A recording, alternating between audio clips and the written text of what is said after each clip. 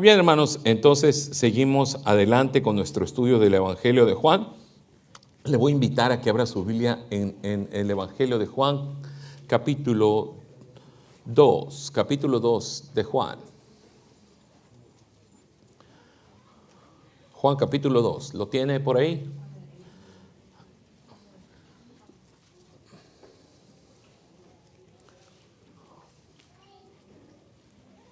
Juan 2.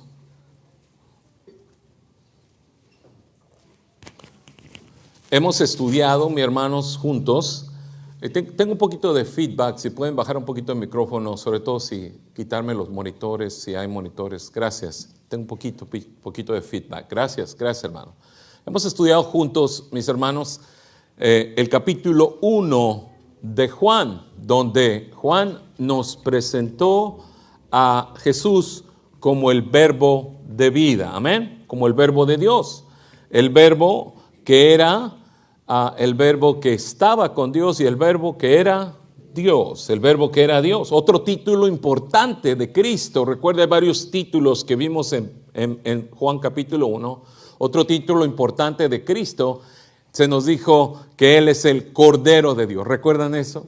El Cordero de Dios, que quita el pecado del mundo. Entonces estos dos títulos podemos decir que son los principales que aparecen en el Evangelio de Juan. Otro título que sobresale, bueno, tenemos aquel del cual hablaron los profetas, los profetas, la ley y los profetas, pero especialmente tenemos estos dos. Jesús es el verbo de Dios y Jesús es el Cordero de Dios. Mi hermano, vamos a empezar en el capítulo 2 y antes de entrar me gustaría que todos viéramos cómo está dividido, cómo pudiéramos dividir de una manera sencilla el Evangelio de Juan. El Evangelio de Juan son 21 capítulos. Y mi hermano, desde el capítulo 2 al capítulo 12 de Juan, desde el capítulo 2 al 12, Juan nos va a presentar el ministerio público de Jesús. Del capítulo 13 al capítulo 20, toda la historia va a estar alrededor del sacrificio público de Jesús. Una vez más, capítulo 2 al 12 es el ministerio público de Jesús. Nos va a presentar lo que el Señor hizo. Es la presentación del verbo de Dios. Capítulo 13 al capítulo 20 es el sacrificio del Cordero de Dios. Es toda la historia alrededor de la muerte, de la crucifixión, muerte y resurrección de nuestro Señor Jesucristo, comenzando una noche antes, cuando estaba cenando con sus discípulos.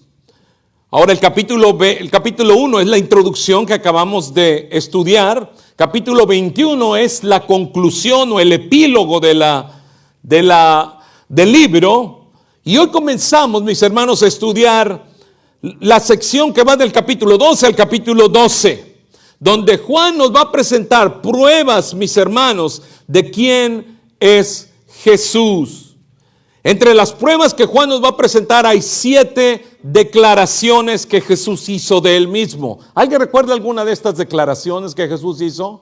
Jesús dijo, yo soy, ¿qué dijo Jesús? ¿Yo soy qué?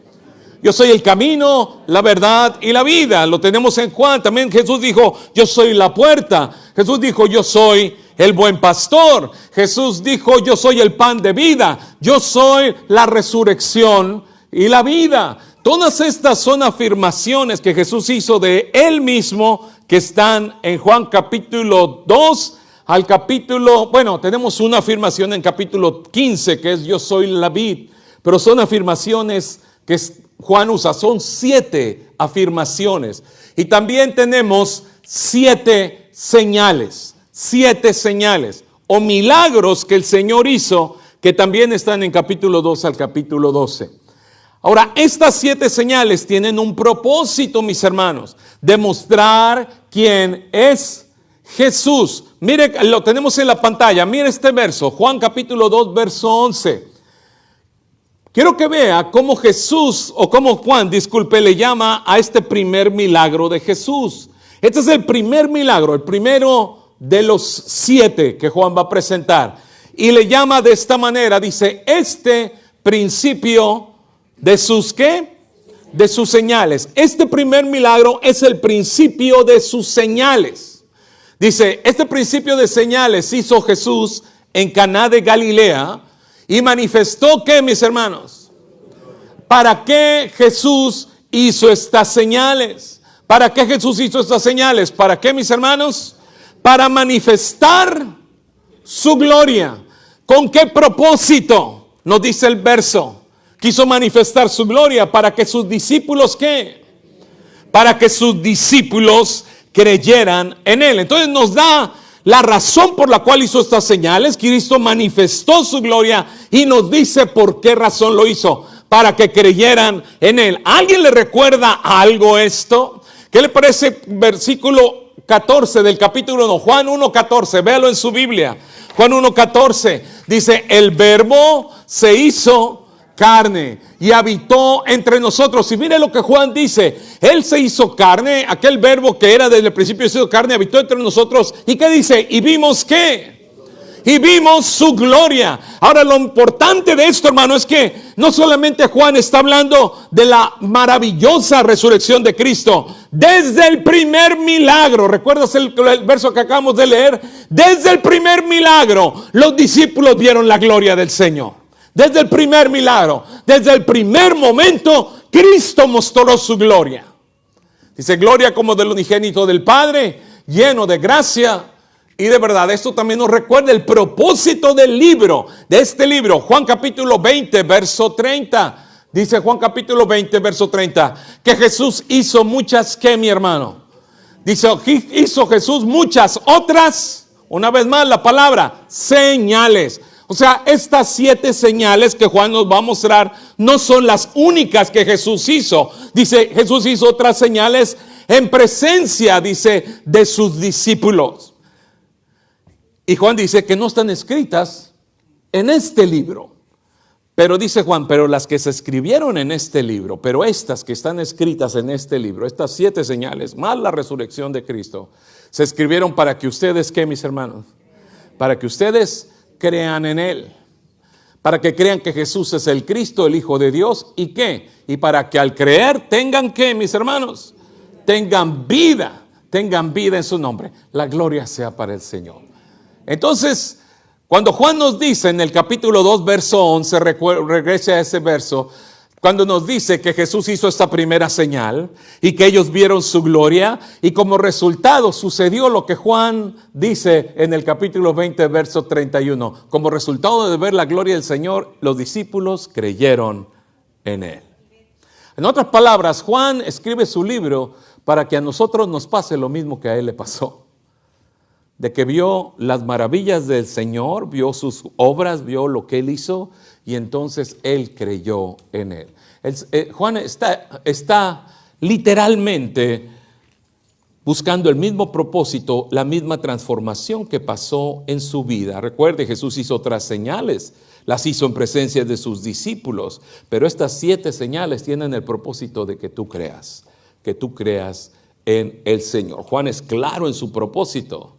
Juan es claro en su propósito cuando lo vemos en estos 3 versos. Ahora regrese conmigo al capítulo 2, verso 1. ¿Está conmigo, hermano? ¿Está conmigo? Si usted ve a un hermano que se está durmiendo, dele un codazo así en el nombre del Señor. No se crea. Pero así con el calor, viene uno del frío y entra aquí al calorcito y se siente así, las sillas medio acolchonadas, ¿verdad? Y a lo mejor y se siente uno muy a gusto aquí. Qué bueno que nos sentimos a gusto. Mis hermanos, capítulo 2, verso 1, ¿está conmigo? Al tercer día, dice la escritura, lo leímos todos juntos, se celebró una boda en Caná de Galilea. Se celebró una boda. Dice, y ahí estaba, ¿quién estaba ahí, mis hermanos? Estaba la madre de Jesús. Interesantemente, en el libro de Juan, no se nos dice nunca el nombre de la madre de Jesús, no por ninguna razón, simplemente es un dato interesante. Siempre que Juan se refiere a María, se refiere como la madre de Jesús, tal vez para diferenciarla de la otra María, pero no sabemos exactamente por qué, pero él decide solamente referirse a ella como la madre de Jesús. Verso 2 dice, y también Jesús fue invitado a la boda, con sus discípulos. Obviamente, mis hermanos, que no estamos hablando de los 12 discípulos. ¿Por qué razón? Porque todavía en este momento de la historia no tenemos los nombres de los 12 discípulos. ¿De quién está hablando? Muy seguro está hablando de los 5 que vimos en el capítulo 1. Recuerda que para el capítulo 1 hay 5 discípulos ahí. ¿Alguien recuerda el nombre de alguno de ellos? Uno es Andrés, ¿recuerda? Otro se llama Pedro. Tenemos también a Natanael, a Felipe, y hay otro que no aparece el nombre, pero que también está ahí. Juan, el mismo Juan, exactamente. Se sacaron un 10, una A+, ya se sacaron. Entonces tenemos estos, seguramente cuando está hablando de que vinieron con él sus discípulos, se refiere a estos cinco primeros discípulos. Ahora, mi hermano, son invitados a una boda. Las celebraciones de la boda no eran como nosotros las hacemos ahora. ¿Cuánto dura una boda en nuestros días? Unas pocas horas, ¿no? Y algunas personas dicen, especialmente los que organizan, y entre menos dure mejor, ¿no es cierto? En aquellos días las bodas no duraban horas, mi hermano. Las bodas duraban días. Algunas bodas duraban hasta 7 días. Ahora, la boda comenzaba con el papá de la novia, sacando a su hija con mucho orgullo, sacándola de la casa y caminando por el pueblo, por la comunidad. Detrás de él iba la familia, amigos, y era un gran desfile de celebración. Iban todos y la gente, los vecinos se acercaban y saludaban a aquel papá que llevaba a su hija y la paseaba. O sea, el desfile era por todo el pueblo. Y llegaban a la casa del novio. Y ahí en la casa del novio se llevaba a cabo la celebración. La ceremonia. Después de la ceremonia, entonces empezaba la gran celebración que duraba, mis hermanos, como hasta 7 días. Se puede imaginar eso. Finalmente los novios caminaban otra vez por todo el pueblo para que la gente los viera ya como esposos, los felicitara. Los invitados los cubrían con sombrillas, y entonces los invitados también iban y caminaban y se unían a los esposos, a los nuevos esposos, y caminaban por ellos en un gran desfile y celebración de todo el pueblo. Ahora, después de la boda, durante la siguiente semana, literalmente los nuevos esposos eran tratados como reyes. Eran las personas de más honor, o tratados con más honor en toda la comunidad durante la próxima semana. Ahora, esta historia, usted sabe, estamos en Juan capítulo 2, habla de cómo el Señor convirtió agua en vino durante esta boda. Mi hermano, el vino era algo muy importante en aquellos días, 2000 años atrás. En esa cultura el vino era muy importante durante las bodas. Por eso es importante decir algo. En esa cultura, hermano, nadie se emborrachaba. En esa cultura emborracharse era una gran vergüenza social. Así que nadie se emborrachaba. Era considerado una gran desgracia. Eran tratados, las personas eran puestos a un lado y señalados y vistos de una manera muy terrible cuando alguien se emborrachaba. Pero sí, el vino era una bebida importante y significaba algo importante para estas personas. Significaba el gozo. Para ellos el vino significaba la dicha. Y vamos a ver que también tiene un significado mesiánico, pero eso lo vamos a ver más adelante. Ahora, había comida, había mucha provisión para todo el mundo. ¿Y sabe quién era el encargado de proveer para todos? El novio.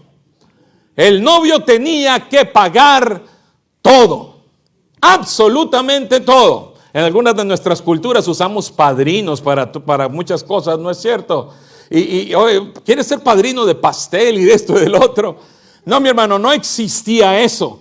Culturalmente, el novio tenía que mostrar a la comunidad que tenía solvencia económica. El hecho de que él pagara por toda la boda, eso decía a la comunidad: yo estoy listo para casarme. Hermano, esos muchachos ahorraban por años. Por eso los compromisos duraban muchos años, porque se comprometían, y ahora empezaba el proceso de ahorrar dinero para que pudieran para que pudieran casarse. Cuando el muchacho solventaba todos los gastos del matrimonio, él mostraba el honor, su propio honor, pero también el honor de su familia. Ahora a este hombre, a este novio, a este muchacho, le pasa algo terrible. Recuerda, él delante de la comunidad tenía que proveer todo. ¿Y qué pasó? Ve el verso 3. Dice que a este muchacho le pasó un gran problema. ¿Qué le pasó? Se acabó la provisión. Se acabó el vino. Recuerda, el vino era algo importante. Dice, se acabó el vino. Y entonces la madre de Jesús va con Jesús y le dice, no tienen vino. Ahora, mis hermanos, esto representaba, como ya dijimos, para aquel muchacho una gran vergüenza social.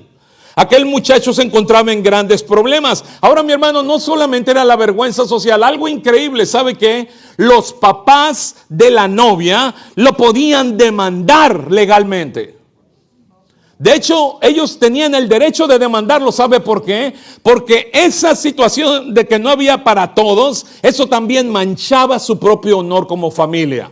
Entonces su hija se estaba casando desde el punto de vista de ellos con alguien que no sabía proveer. Y eso para ellos era una mancha en su honor y podían demandar al novio o legalmente para que él restituyera su honor. Estamos hablando financieramente. Así que era un gran problema para aquel muchacho, para aquel novio, para en aquel momento, de que todo mundo se iba a dar cuenta de que él era una persona que no sabía proveer o no tenía para proveer. Entonces la madre de Jesús va con Jesús y le dice, no tienen vino. Lo que nos llama la atención y quiero que vea es la respuesta de Jesús, verso 4. Y Jesús le dijo, ¿qué le dijo el Señor? Mujer, ¿qué nos interesa esto a ti y a mí? Todavía no ha llegado mi hora. Ahora, lo primero que le llama la atención a personas es decir, caray, ¿por qué Jesús dijo mujer? Suena muy duro eso, ¿no es cierto? Yo si le digo mujer, le digo a mi mamá, me tira con la chancla, ¿verdad? Tal vez algunos están pensando. Yo también, cuando mi mamá vivía, no creo que le hubiera gustado que le dijera, hey, mujer, ¿verdad? Pero esa es nuestra cultura, mi hermano. En aquel tiempo era una cultura distinta. En aquel tiempo la referencia mujer, eso era un título, era una manera de hablarle a una dama de mucho respeto. Sin embargo, no era la manera que los hijos le hablaban a su mamá. ¿Qué podemos comparar? Bueno, en inglés hay un título, en el sur de Estados Unidos hay un título que los muchachos sí usan. Ma'am, ¿has escuchado este título? Yes, ma'am. Es algo parecido, es un título, es muy parecido. Yo les decía a los hermanos en la mañana cuando mi madre vivía, nosotros a veces le llamábamos y nos referíamos a ella. Mi mamá se llamaba Esther, así como mi esposa. Mi mamá se llamaba Esther y nosotros a veces le llamábamos Doña Esther, ¿verdad? Doña Esther, ¿cómo está Doña Esther? Le decíamos, y de cariño. Ahora, no es una manera que regularmente los hijos le hablan a su mamá, pero esa es la manera que nosotros a veces le hablábamos a mi mamá como Doña Esther. Es lo mismo, este título, cuando Jesús dice mujer, está usando un término de respeto no común para los hijos. Tal vez de alguna manera el Señor está poniendo cierta distancia entre él y María en su ministerio. No es la única lugar que Jesús le llama mujer a María. En el Evangelio de Juan, si usted recuerda, en la cruz del Calvario, cuando Jesús encarga a su mamá, ¿recuerdan ese momento? Y le dice a Juan, le dice, aquí tu mamá, y luego dice, mujer, he ahí tu hijo. Entonces le llama con esta misma palabra, exactamente le llama de la misma manera, tanto en Génesis, en Juan capítulo 2 y también en la cruz del Calvario. Entonces no era un título, no era una falta de respeto en ninguna manera, pero lo que llama la atención también es lo que Jesús le dice, ¿qué nos interesa? ¿O de qué interés? ¿Qué tiene que ver esto con nosotros?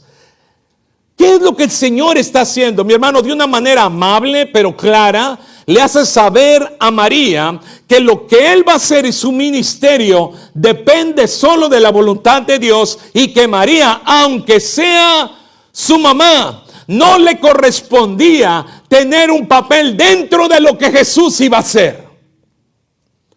Jesús afirma a María, mi hora va a llegar, pero tú no vas a decir lo que yo tengo que hacer. Ese no es tu papel. Mi hermano, nosotros como creyentes, y hay creyentes que piensan hoy en día que le pueden decir a Dios lo que tiene que hacer. Hay personas que oran como si fuera una demanda a Dios, como si Dios estuviera para complacernos a nosotros. Mi hermano, fe es saber que la voluntad de Dios siempre es mejor. Y que Él sabe y sus tiempos y sus maneras son lo mejor para nuestra vida. Hay quienes pretenden de que pueden decirle a Dios, Dios, yo quiero que haga las cosas de esta manera. Como si Dios fuera el genio de la lámpara maravillosa que frotas y le pides tus deseos. No, mi hermano, el Dios que servimos es un soberano Rey, y su voluntad y sus planes son perfectos. Me encanta cómo María, vea el verso siguiente, hermano. El siguiente verso, verso 5, dice: entonces María, su madre, le dijo a los que servían: hagan todo lo que Él les diga. Porque esa no es la actitud de una mamá que quiere influir, es la actitud de todo creyente. Tenemos que hacer lo que Él diga. Jesús tiene el derecho de decidir lo que va a hacer en aquel día en Caná de Galilea y en cada una de nuestras vidas. ¿Cuántos dicen amén? Jesús tiene el derecho de decirte lo que Él va a hacer. Él decide qué va a hacer en cada una de nuestras vidas. Y María entiende eso en ese momento, de que el ministerio de Jesús iba a depender solamente de lo que el Padre quisiera, de la voluntad del Padre Celestial. Ahora el Señor decide ayudar a aquella pareja, lo decide ayudar, pero tiene un propósito. ¿Recuerdas cuál era el propósito? Juan capítulo 2, verso 11, para mostrar su gloria y para que sus discípulos creyeran en Él. Esta boda, hermano, era una boda grande. Esta era una boda grande, era una boda enorme. Ahora, ¿por qué sabemos? Por la cantidad de agua que había ahí. Vea el capítulo 2, verso 6. Había ahí, ¿cuántas tinajas, mis hermanos? Había 6 tinajas. Estas tinajas son tinajas para guardar de manera más pura lo que se guarde ahí. Esas son tinajas, dice que son cavadas de piedra, lo mejor que había en aquel tiempo para guardar líquidos. Eran, dice, 6 tinajas de piedra puestas para ser usadas en el rito de la purificación de los judíos. Cuando dice que fueron puestas es porque era la boda. Todas las personas judías que llegaron a la boda tenían que pasar por el rito de la purificación.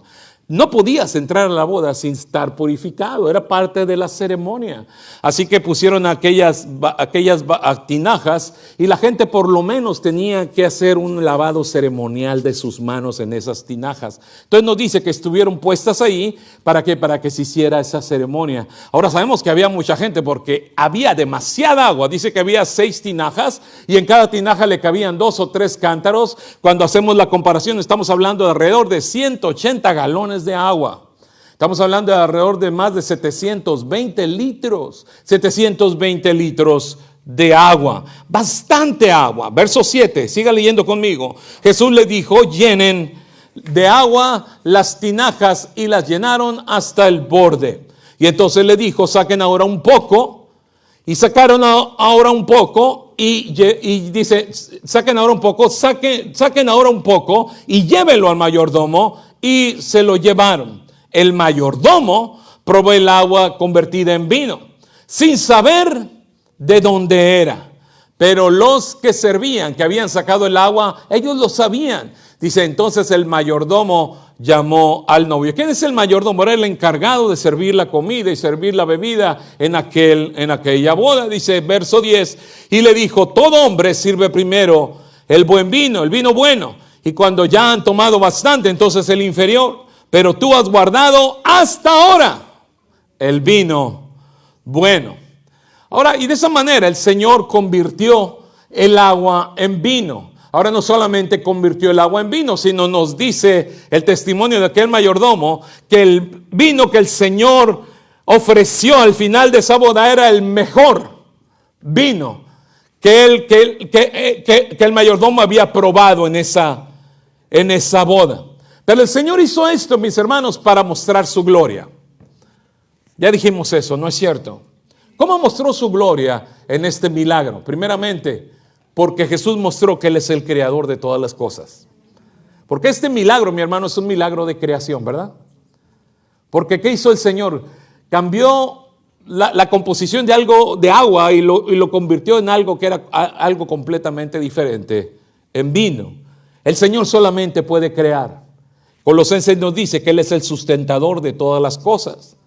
Ahora también este milagro el Señor demostró a quién era Él. Recuerde lo que dijimos hace unos momentos y vamos a verlo. El vino, hermano, es una referencia mesiánica en algunos pasajes del Antiguo Testamento. Habla del vino como parte de cuando habla del gozo de la venida del Mesías. Vamos al libro de Amós, por favor, capítulo 9. El libro de Amós, capítulo 9, el verso 13 dice: vienen días, declara el Señor, cuando el arador alcanzará al segador y el que pisa la uva al que siembra la semilla. Dice: cuando destilarán vino dulce los montes y todas las colinas se derretirán. Verso 14: restauraré el bienestar de mi pueblo Israel y ellos reedificarán las ciudades asoladas y habitarán en ellas. Y fíjese lo que dice: también plantarán viñas y beberán vino, su vino, y cultivarán huertos y comerán sus frutos. El vino, y ese es solamente un pasaje, vemos otros pasajes donde se ve la figura de las personas gozándose en la venida del Mesías. Ahora quiero que vea que también la figura de la boda, también Cristo la usó para referirse a su venida y a la obra de salvación. Vaya conmigo a Mateo capítulo 22. Mateo capítulo 22. Cristo usa la figura de una boda para hablar de su venida, para hablar del reino de Dios. Mateo 22, ¿está conmigo? El reino de los cielos puede compararse a un rey que hizo un banquete de bodas para su hijo. ¿Alguien recuerda esta historia? Y luego fíjense lo que pasa: y envió sus siervos a llamar a los que habían sido invitados a la boda, pero los que habían sido invitados, ¿qué dice? No quisieron venir. ¿Alguien recuerda lo que hace después el papá de aquel novio? Dice que va por los que manda a sus siervos a ir por los caminos e invitar ¿a quién? A todo mundo a la boda. ¿De qué está hablando? Esa es una figura de que el Señor había venido a Israel y Israel lo había rechazado. Los invitados a la boda no habían venido. Entonces la oferta había sido dada ahora ¿a quién? A todos los gentiles, a todas las naciones. Entonces ahí tenemos esta figura preciosa de la boda. Ahora también tenemos otra figura de una boda para referirse a nuestra reunión de la iglesia con nuestro Señor Jesucristo. En el libro de Apocalipsis. Vaya conmigo, Apocalipsis capítulo 19. Apocalipsis 19, búscalo en su Biblia. Apocalipsis 19. Mire qué pasaje tan hermoso. ¿Ya lo tiene, mis hermanos? Yo los espero, no se preocupe. Si ya se pasó hasta a la concordancia, ya está en otro lado. Apocalipsis es el último libro de la Biblia. Capítulo 19. ¿Ya lo tiene, mis hermanos? Aquí tenemos otra figura de una boda. Y yo estoy seguro que muchos recuerdan esta preciosa figura, este precioso pasaje. Capítulo 19, verso 6. Oí como la voz de una gran multitud. Dice, oí como la voz de una gran multitud, como el estruendo de muchas aguas y como el sonido de fuertes truenos, que decía: aleluya, porque el Señor nuestro Dios Todopoderoso reina. Y note, aquí está la figura de la boda. Verso 7, regocijémonos y alegrémonos y demos a Él la gloria, porque las bodas del Cordero han llegado y su esposa se ha preparado. Y a ella, verso 8, se le ha concedido vestirse de lino fino, resplandeciente y limpio, porque las acciones de los justas de los santos son el lino fino. Y el ángel me dijo: escribe, bienaventurados los que están invitados a la cena de las bodas del Cordero. Y también me dijo: estas son palabras verdaderas de Dios. La reunión, mi hermano, de la iglesia con su Salvador es ilustrada con una boda donde hay gozo, donde hay alegría, donde la novia es preparada, vestida de lino finísimo, resplandeciente y limpio. Pero recuerda, mi hermano, en el Nuevo Testamento, en este tiempo, ¿quién proveía todo para la boda? ¿Quién proveía todo para la boda? El novio. Mi hermano, el Señor Jesucristo es el novio que ha provisto todo para su esposa. Su esposa, la iglesia. Y no le falta nada. Y el novio ha provisto, hermano, para una boda que no dure un día o 3 días o 7 días. Es una relación que va a durar por toda la eternidad. Y nada nos va a faltar, mi hermano. El novio tiene el poder de proveer para toda la eternidad. Va a haber abundancia, mi hermano. Va a haber suficiente y para siempre. El novio ha provisto vida eterna para su esposa. Es un novio que no ha provisto mediocremente. El mejor vino lo ha dejado para el final. El mejor vino es para después. El Señor Jesucristo es el novio que está dispuesto a proveer para su novia y darlo todo. Él está dispuesto a darlo todo para proveer para ella. Es más, Él estuvo dispuesto a dar su propia vida. Y Él dio su propia vida. Él proveyó su propia vida para que su novia tuviera todo.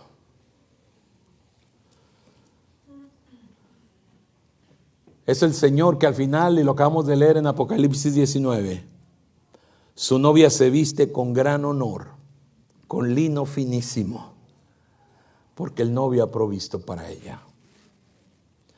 Nadie puede proveer como Él. ¿Cuántos dicen amén? Nadie puede proveer como el Señor. Así que Juan capítulo 2 nos muestra la gloria de Jesús. Y nos recuerda que Él es el novio, que a Él nunca algo le va a faltar. Y que Él nos puede proveer en cualquier circunstancia. ¿Qué necesitas que el Señor provea en tu familia? ¿Qué necesitas que Él provea en tu casa? ¿Cuál es esa necesidad que hay en tu hogar? ¿Cuál es esa necesidad que hay en tu corazón? El Señor es aquel que provee, tiene el poder de proveer todo. Y en Él nada nos hace falta. Él es el Dios que tiene sus planes y que sus planes son perfectos. Nosotros solamente nos toca hacer lo que María dijo en aquel día y hacer lo que Él dice. Hay personas hoy en día que por razones de tradiciones ponen igual a María que Jesús. No, mi hermano. María sabía exactamente quién era el Verbo de Dios y el Cordero de Dios. Y sabía quién tenía el poder. María sabía quién era. Y por eso su consejo es sabio. Hagan lo que el Señor les diga. Hagan lo que el Señor les diga. Él es a quien tenemos que mirar. Tenemos que tener nuestros ojos puestos en Jesús y no en nadie más. Este pasaje precioso me recuerda mucho, cuando leo este pasaje, me recuerda mucho los matrimonios.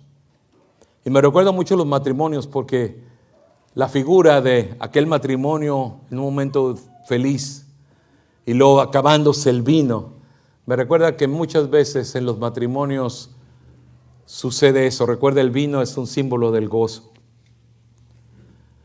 Hay matrimonios que empiezan su vida con gran gozo, pero que ahora están completamente alejados. Ya no hay gozo en esos matrimonios. Algo se murió, algo se acabó. Muchas personas dicen, ¿por qué ya no somos como éramos antes? Ya se acabó la luna de miel. Ahora nos volteamos a ver y nos vemos como dos extraños. ¿Sabe que muchas personas dicen, yo solamente estoy con mi esposa, con mi esposo por mis hijos? No hay ninguna otra razón, no tenemos nada en común. ¿Usted sabe cuál es el momento, uno de los momentos donde las personas más se divorcian? Después de que los hijos, en el momento cuando los hijos se van de casa y se van y hacen sus vidas y se quedan ellos dos solos, ese es uno de los momentos donde la gente más se divorcia en este país. ¿Sabía usted eso? Y la razón es muy sencilla, simplemente se van los hijos y ya no tienen nada en común, se voltean a ver y dicen, ¿y tú quién eres? ¿Dónde estás? Ya ni te conozco, no sé ni quién eres. Se ven como extraños. Se casaron con mucho gozo, pero se acabó todo eso. Pero cuando se acabó el vino, María dijo, hagan lo que el Señor les diga que tienen que hacer. Yo no sé cuál es la necesidad en tu matrimonio, en tu familia. Si hay alguna necesidad, ¿por qué no haces eso?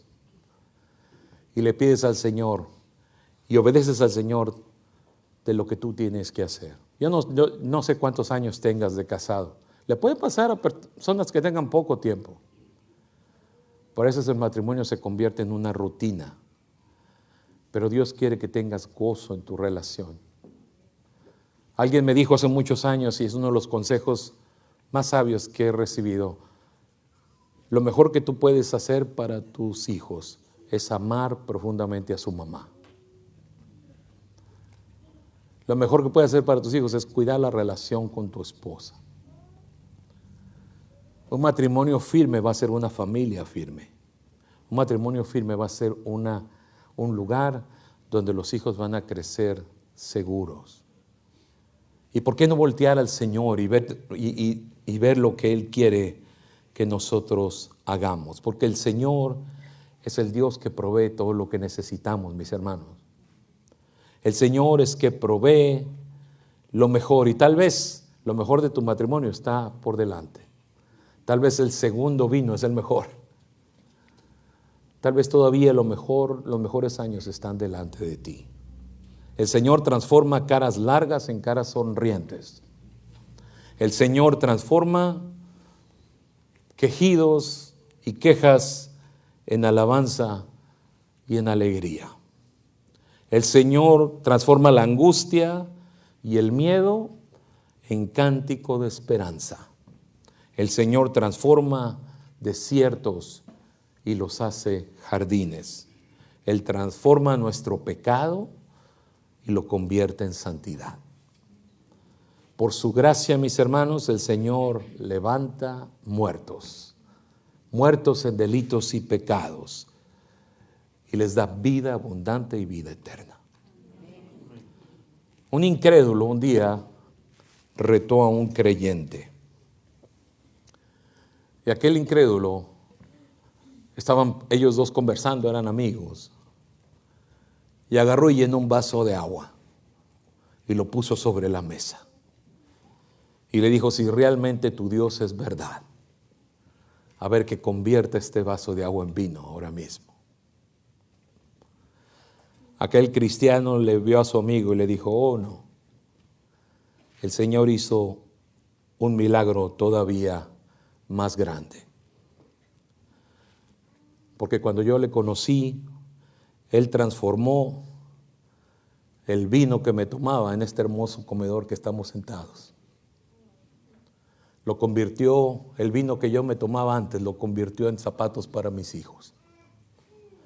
Lo convirtió en ropa. Convirtió las amarguras y las lágrimas y el quebranto, lo convirtió en amor, gozo y paz para mi familia.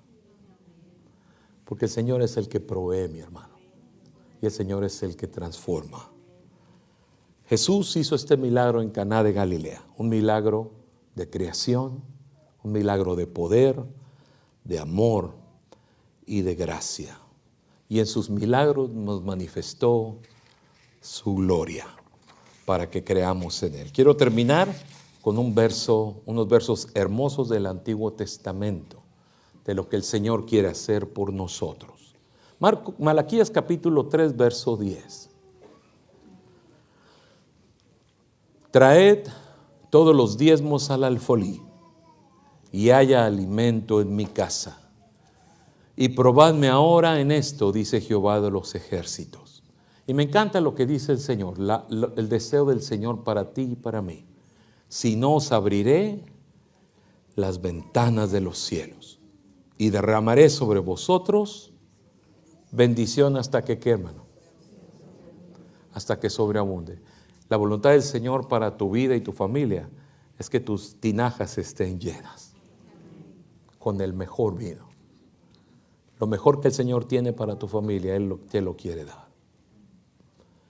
Reprenderé también, verso 11, fíjate el cuidado del Señor. Reprenderé también por vosotros al devorador, y no os destruirá el fruto de la tierra, ni vuestra vid en el campo será estéril, dice Jehová de los ejércitos. Me encanta el verso 12.